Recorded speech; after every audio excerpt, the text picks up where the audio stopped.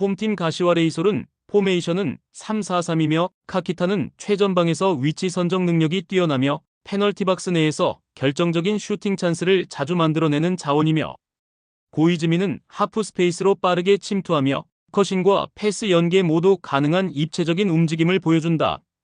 토시마는 중원에서 전개 속도를 끌어올리며 측면과 중앙 사이 공간으로 볼을 전환하는 능력이 뛰어난 자원이며 특히 전반 중반 이후 하프 스페이스를 활용한 연계 구조가 안정되어 가고 있으며 상대 수비 간격을 벌리는 데 능하다. 원정팀 FC 도쿄는 포메이션은 4-2-3-1이며 마르셀로 라이어는 개인 돌파와 피지컬을 활용한 볼키핑에는 능하나 팀 전개 흐름에는 연결되지 못하고 있고 타와라치미다는 이선에서 활발한 움직임을 보여주지만 볼 터치 이후 방향 전환이 느리고 슈팅 연계도 부족한 편이다. 히가시는 경험이 풍부하지만 수비 전환 타이밍이 다소 늦어지며 팀 전체 압박 조직이 흔들리는 장면이 자주 연출된다. 무엇보다 FC 도쿄는 이번 시즌 수비 조직이 완전히 정비되지 않았으며 중앙과 측면 모두 공간 노출이 심각한 수준이다. 히가시와는 하프 스페이스를 활용한 전개 구조가 안정적으로 갖춰지고 있으며 반면 FC 도쿄는 수비 조직의 간격 유지와 커버 타이밍 모두에서 불안한 흐름이 반복되고 있고 이 경기는 수비 집중력과 공간 통제력의 차이로 인해 가시와가 확실히 우위를 점할 가능성이 높다. 홈팀 가와사키는 포메이션은 4-2-3-1이며 칸다는 좌측에서 볼 운반과 크로스를 담당하지만 압박 회피 능력에는 다소 기복이 있다. 마르시뉴는 1대1 돌파에서 우위를 보이지만 이타적인 움직임보다는 단독 돌파 의존도가 높고 와키자카는 중원에서 연결고리 역할을 수행하나 최근에는 압박을 받으면 수직 전개보다 횡패스에 치중되는 흐름이 반복되고 있고 특히 사사키와 미우라 두 풀백의 공격 가담 이후 리커버리 타이밍이 늦어 측면 뒷공간이 빈번하게 노출되고 있다. 원정팀 가시마는 포메이션은 4-4-2이며 스즈키는 수비 뒷공간으로 빠져드는 타이밍과 문전 침투 집중력이 뛰어난 스트라이커다. 레오세아라는 측면에서 속도를 활용한 침투 루트에 강점을 보이며 최근 들어 오픈 플레이에서 득점 관여도가 높아지고 있다. 차브리치는 크로스 상황에서 문전 침투뿐 아니라 이선 연계까지 소화할 수 있는 입체적인 공격 전개를 이끌고 있다. 특히 좌우 측면 공격이 모두 활발하게 살아있으며 전진성과 템포를 유지하는 가시마의 전개 방식은 리커버리가 느린 팀에게 매우 위협적이다. 가와사키는 전체적인 전개 구조에 비해 수비 전환과 공간 방어가 느슨해 실점 가능성을 내포하고 있다. 반면 가시마는 측면 침투와 전방 압박을 기반으로 한 공격 설계가 명확하게 정비되어 있으며 이번 경기에서도 경기 템포가 빠르게 전개될수록 가시마가 가져갈 실익은 더욱 커질 가능성이 높다. 측면 약점이 노출된 경기에서 승부의 흐름은 결국 전술적 일관성으로 기운다.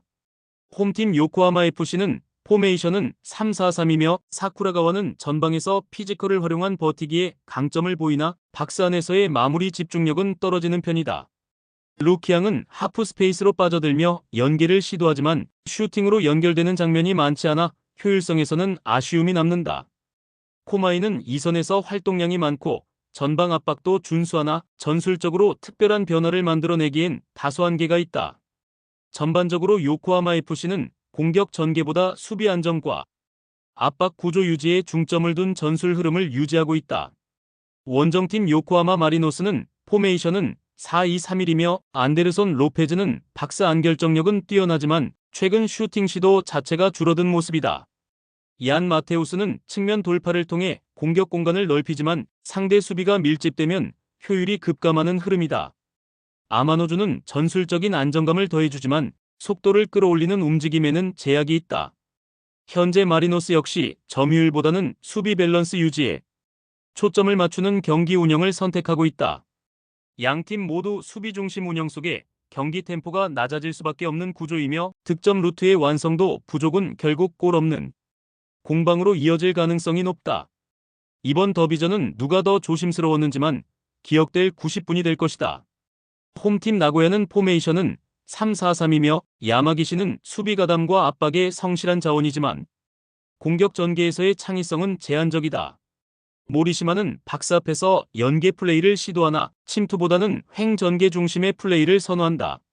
시이아시는 중원에서 전환 속도를 조절하는 역할에 집중하고 있으며 무리한 전진보다는 후방 밸런스 유지에 무게를 둔다.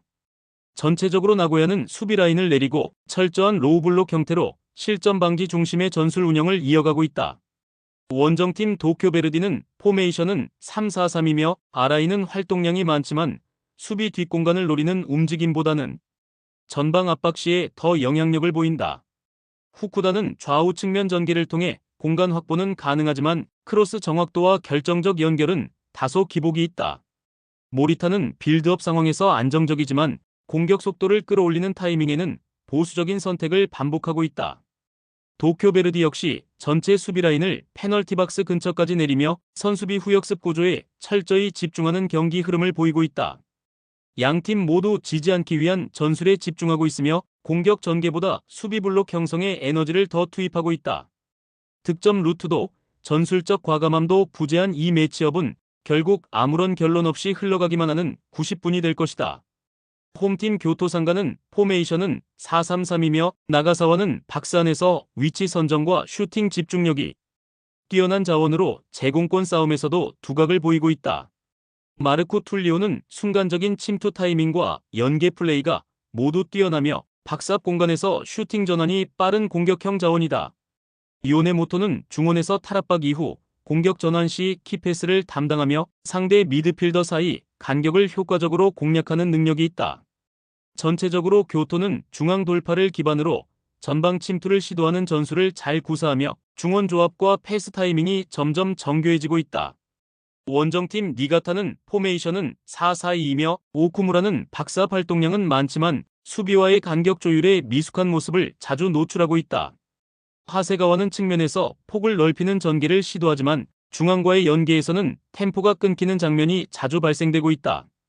미야모토는 전진성과 활동폭이 뛰어난 선수지만 수비 전환 시 리커버리 타이밍이 늦어 수비와 미드필더 라인 간격이 자주 벌어지는 문제점이 있다. 특히 경기 중 후반부로 갈수록 수비 미드필더 간 간격 유지가 무너지는 장면이 반복되면 실점 빌미가 자주 발생하는 전형적인 구조다. 니가타는 수비 조직과 중원 간격 유지에 큰 약점을 안고 있으며 이러한 구조적 거점은 교토의 전술 스타일과 정면으로 충돌한다. 중앙 돌파와 침투 타이밍이 맞아떨어지는 교토 입장에서는 효율적인 기회 창출이 가능하며 이번 경기는 교토가 공간을 파고들며 확실한 결과를 만들어낼 가능성이 높다. 홈팀 세레소 오사카는 포메이션은 4-2-3-1이며 라파엘 라타오는 제공권과 문전 움직임에 강점을 가진 자원이지만 최근 슈팅 정확도에서 아쉬움을 드러내고 있다. 티아고 안드라데는 측면 돌파보다는 중앙 쪽으로 좁혀들며 연계를 시도하지만 슈팅 전환까지 연결되는 빈도는 많지 않다. 빅토르 부에노는 볼 배급 능력은 준수하나 압박 강도 높은 상황에서는 볼 소유가 길어져 전개 속도를 늦추는 문제가 반복되고 있다. 전반적으로 팀 전체가 박스 앞에서의 창의성이 떨어지고 있으며 플래너 외의 루트는 명확하게 구성되지 않은 상태다. 원정팀 간바 오사카는 포메이션은 4-4-2이며 우사미 다카시는 경험을 바탕으로 한 위치 선정은 뛰어나지만 최근 박스 안에서의 위협적인 움직임은 줄어들고 있다. 미츠타는 활동량은 많으나 측면에서의 전개가 단조롭고 크로스 정확도에서도 기복이 존재한다. 스즈키는 빠른 발을 활용한 침투는 가능하지만 빌드업 가담과 연계에서 두드러지는 모습은 부족하다. 간바 오사카 역시 세레소 오사카와 마찬가지로 플랜 B 전술이 준비되지 않았고 결정력 빈곤과 템포 저하가 동반된 흐름이다. 세레소 오사카와 간바 오사카 모두 공격 루트의 다양성이 부족하며 전방 마무리에서 답답한 모습이 반복되고 있다. 더비전 특성상 과감한 전진보다는 리스크 관리에 집중하는 심리도 강하게 작용할 것으로 보인다. 이 경기는 결국 허무한 공방 속에 득점 없이 90분이 흐를 가능성을 배제할 수 없는 매치업이다. 홈팀 비셀 고베는 포메이션은 4-3-3이며 사사키는 박스 안 결정력과 위치 선점 능력이 뛰어난 스트라이커로 이데구치와의 연계 타이밍이 날카롭다. 히로세는 이선에서 볼을 지켜내는 밸런스 플레이에 능하며 측면 전개 후 세컨드 볼 회수 능력도 우수한 편이다. 이데구치는 중앙에서 측면으로 비스듬히 침투하는 메잘라 타입의 움직임으로 공간을 창출하며 전방 공격수에게 결정적인 찬스를 제공하고 있다. 특히 이데구치의 침투 타이밍과 사사키의 골 결정력이 맞물리는 순간 비셀 고베의 공격 전개는 매우 매끄럽고 위력적으로 작동한다. 원정팀 쇼나는 포메이션은 3-1-4-2이며 후쿠다는 중원에서 볼을 탈취하려는 움직임은 적극적이지만 1차 압박 이후 공간 커버가 불안하다. 스즈키는 전방에서 공을 지켜내는 플레이는 좋지만 마무리로 이어지는 장면은 제한적이며 전개 속도가 다소 느린 편이다.